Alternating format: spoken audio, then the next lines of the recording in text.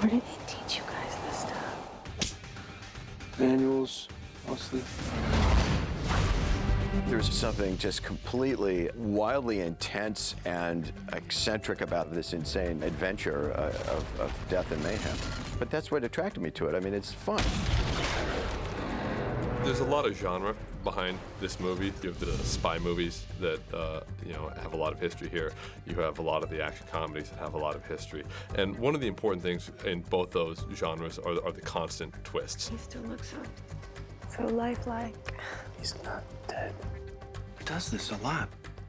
This older generation of spies and this franchise in general, is not about James Bond-y style devices.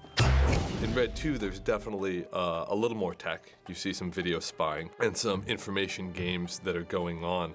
But really with this group, we like to keep it as grounded as possible.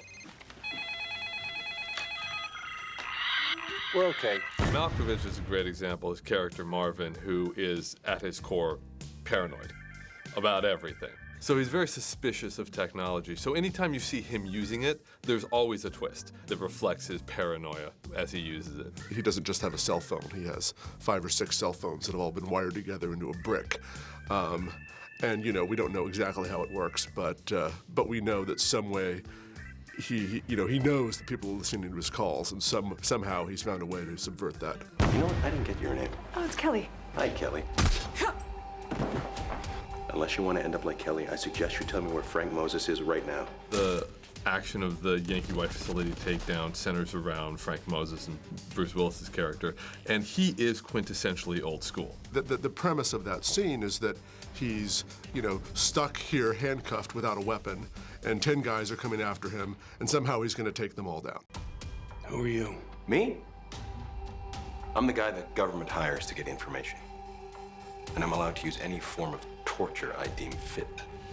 Well, Dean and Bruce had a clear idea about, look, they wanted to headbutt the table and basically have parts of the table left, which you could then destroy the other characters in the room, take them down, end up coming out of the room, backing away. Bruce dives out of the way and he's into this CIA room.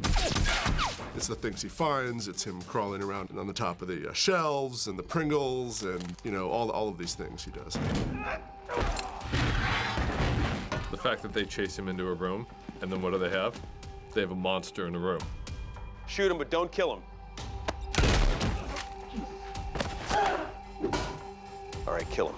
Bruce actually liked the idea of just appearing from nowhere, taking one guy out in a different way, and then disappearing again, and then coming back, and he takes another guy out. And Dean thought, let's have a kind of, he's here, he's there, where is he, kind of thing, and add a bit of tension to the scene.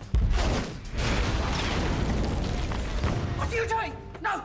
Get me Cecil! Get me Cecil! I'm the Queen of England! We loved doing the scene with Helen Mirren pretending to be the Queen of England.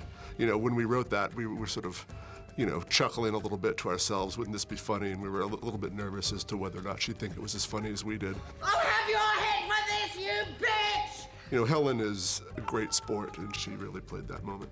Yeah, when you have actors that have such incredible careers, and then being put in a movie like this, it's fun to play just a little bit with who they've been in other places. There's a good call. The reason the drugging sequence works is because it's completely rooted in character. We say Bruce Willis is the one person in the world who can never be drugged because he's too smart for that. But of course, he does get drugged, which would be fine except for the fact that he's been drugged by Catherine Zeta-Jones, who is Mary-Louise Parker's romantic rival. It's because it happens in that circumstance that makes it funny, that makes it feel fresh. Did you ever, in your entire career, let yourself get drugged? What do you think the most expensive bottle of wine in the world costs? Chateau Yquem, 1847, maybe 5, 6, maybe bottles left in the world. We drink French in this movie. We use that as the clue. The wine stain on the WikiLeaks document is the clue by which they get to the frog. What is it? Wine. Frog? They catch him with a bottle of Chateau Yquem, 1847. Which Marvin, of course, knows there's only 6 of in the world and calls it, pretty good. Confirmed. It's him. It's the frog. When they get to the frog, they're torturing him by destroying his collection. 1945. Wait, that bottle!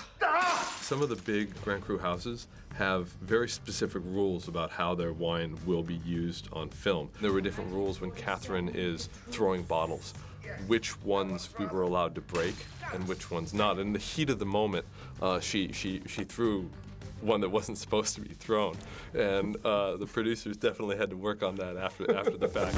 These characters are, they survive by their wits and they adapt very quickly. It was exciting to bring all these different elements to it.